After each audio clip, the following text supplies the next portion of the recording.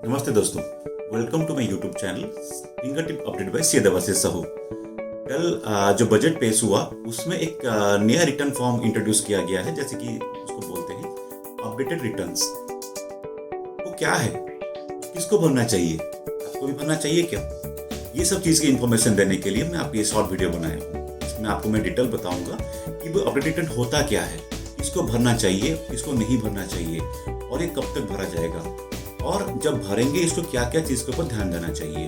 आपको हाल फिलहाल में जो लास्ट ईयर जो एक AIS और TIS इंफॉर्मेशन सिस्टम ने गवर्नमेंट लॉन्च किया था, आपको पता ही होगा। काफ़ी सारी इंफॉर्मेशन जो है अभी डिपार्टमेंट के पास में है, तो AIS और TIS। इसका ये आप मत खुश होइए कि आपके पास 2 साल का और एक्सटेंडेड टाइम पीरियड मिल गया रिटर्न फाइल करने के लिए। इसका ये मतलब हुआ कि अगर आपको रिटर्न फाइल कर लिए हैं या नहीं किए हैं, अगर आपको कुछ पता चलता है कि जो कोई इनकम आपने रिपोर्ट करना भूल गए हैं, इनकम आपको डिपार्टमेंट को सीओ मोटो डिक्लेयर करना है, तो डिपार्टमेंट आपको अलाउ कर रहा है कि आप एक अपडेटेड रिटर्न को भर दीजिए। इसका ये मतलब हुआ डिपार्टमेंट आपको छोड़ने वाली नहीं है। डिपार्टमेंट का मतलब डिपार्टमेंट ये बोल रहा है कि अगर आपने कुछ रिटर्न ऑफ इनकम दिखाना भूल गए हैं तो भाई आप दिखा लो 24 मंथ्स के अंदर में। इसके लिए काफी जगह पे सेक्शंस में अमेंडमेंट किया गया है, जैसे न्यू सेक्शन भी लाया गया है और कहीं कहीं जगह पे आपका अमेंडमेंट किया गया है। तो मैं आपको वेरी शॉर्टली बताऊंगा कि अपडेटेड रिटर्न होती क्या है। देखें, चलिए देखते हैं। चलिए जानते हैं what is updated return.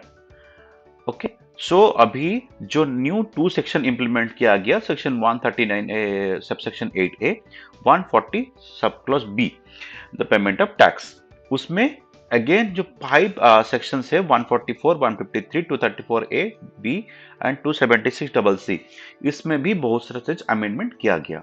Okay, मैं आपको ये बता दूं कि ये जो ऑप्शन अभी अपडेटेड रिटर्न भरा गया है, ये तो एक अच्छी बात है, क्योंकि आपको पता होना चाहिए कि अगर ड्यूरिंग असेसमेंट अगर आपका कोई इनकम असेसमेंट में पता चलता है कि मिस रिपोर्टेड है या अंडर रिपोर्टेड है, अगर अंडर रिपोर्टेड है तो सेक्शन 270A के अंदर में आपको 50% का पेनल्टी था। ओके, अगर आपका मिस रिपोर्टेड है इनकम, देन सेक्शन 270A के अंदर में उसमें आपको 200% का आपको पेनल्टी था। जो ये गवर्नमेंट अभी न्यू अपडेटेड रिटर्न लाया, इसके अंदर में ये पेनल्टी अभी देना नहीं पड़ेगा। ये वेलकम स्टेप है। अगर आपसे कोई इनकम दिखाना छूट गया है, आपको बाद में पता चलता है, जिसमें आपको जाकर रखे आपका रिवाइज रिटर्न और बिलेटेड का टाइम एक्सपायर हो चुका है, तो आप अपना सीयू मोटो आप अपने डिपार्टमेंट को ऑफर कर सकते हैं विदाउट पेनल्टी। बट इंटरेस्ट को छोड़ा नहीं, इंटरेस्ट देना पड़ेगा आपको। चलिए आगे पढ़ते हैं।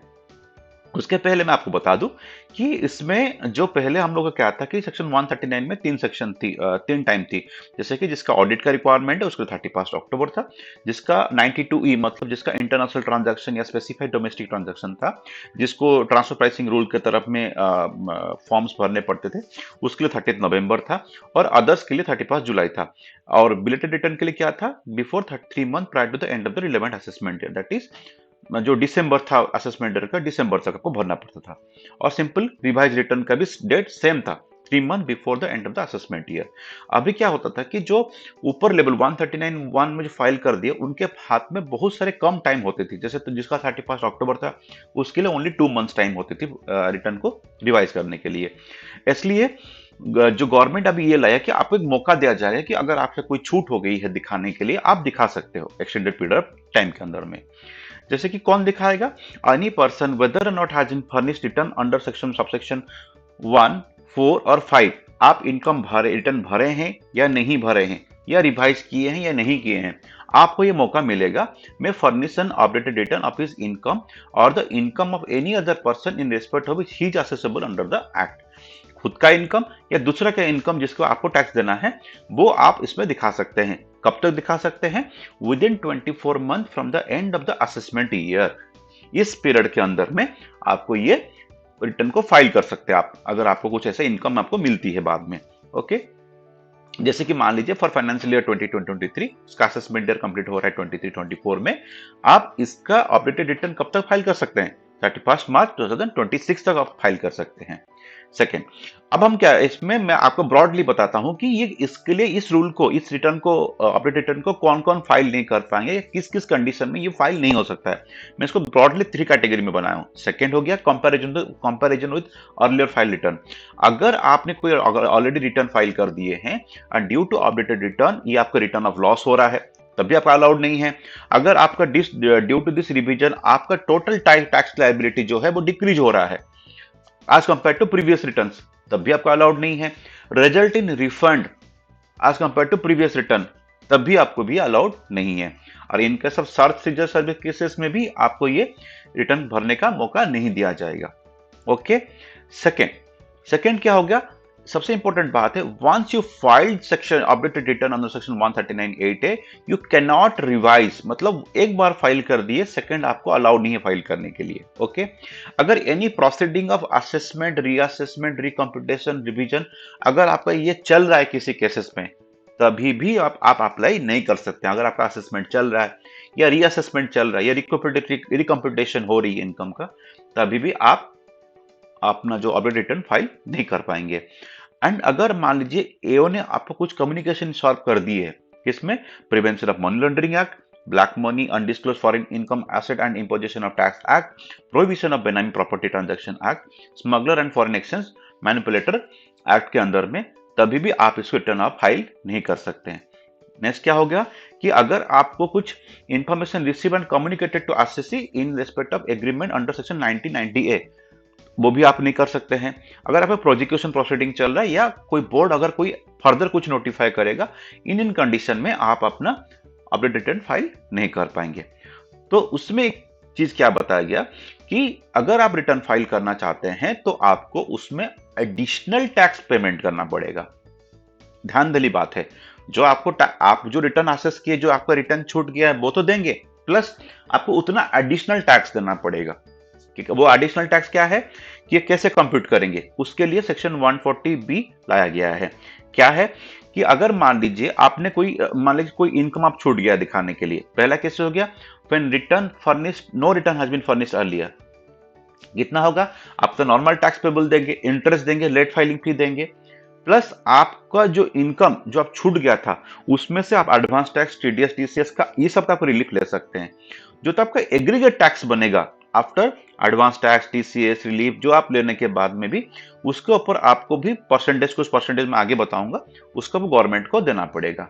ठीक है, सेकेंड चीज वही होगा कि अगर आपने रिटर्न ऑलरेडी फाइल कर दिया है तो अभी जो इनकम आप ऑफर करना चाहते हैं उस इनकम के लिए अगर आपको सेल्फ असेसमेंट टैक्स पेमेंट किए हैं, TDS, TCS, relief 1990, MAT credit अगर है, इसको आप सेटअप भी आप कर सकते हैं। आइए देखते हैं कि आपको कितना पेमेंट करना पड़ेगा।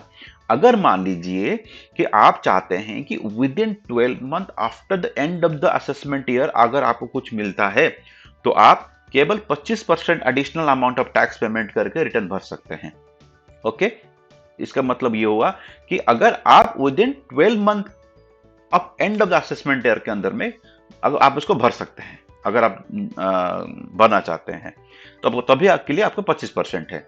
अगर आप extended time, maximum extended period of time कितना है, 24 मंथ, अगर आप 24 मंथ के अंदर भरना चाहते हैं तो आप उसमें केवल 50% of additional amount of tax payment कर सकते हैं। तो ये जो टैक्स है वो एडिशनल है, नॉर्मल टैक्स तो आप जो अनडिस्क्लोज इनकम का टैक्स तो देंगे, प्लस ये 50% आपको एडिशनल टैक्स देना पड़ेगा। और इसका टाइम लिमिट क्या होगा कंप्लीशन के लिए, सेक्शन 153(1)A में अमेंडमेंट किया गया है कि जिस साल आप रिटर्न भरेंगे उसका एक्सपायरी ऑफ 9 मंथ उसमें ही उनको देना पड़ेगा। क्या लिखा है, where a return under section 18A of the 139 is furnished, an order of assessment under 143 or 144 may be made at any time before expiry of 9 months from the end of the financial year in which such return is furnished। ये इसमें एक नया amendment आया हुआ है। So thank you for watching my channel, thank you so much.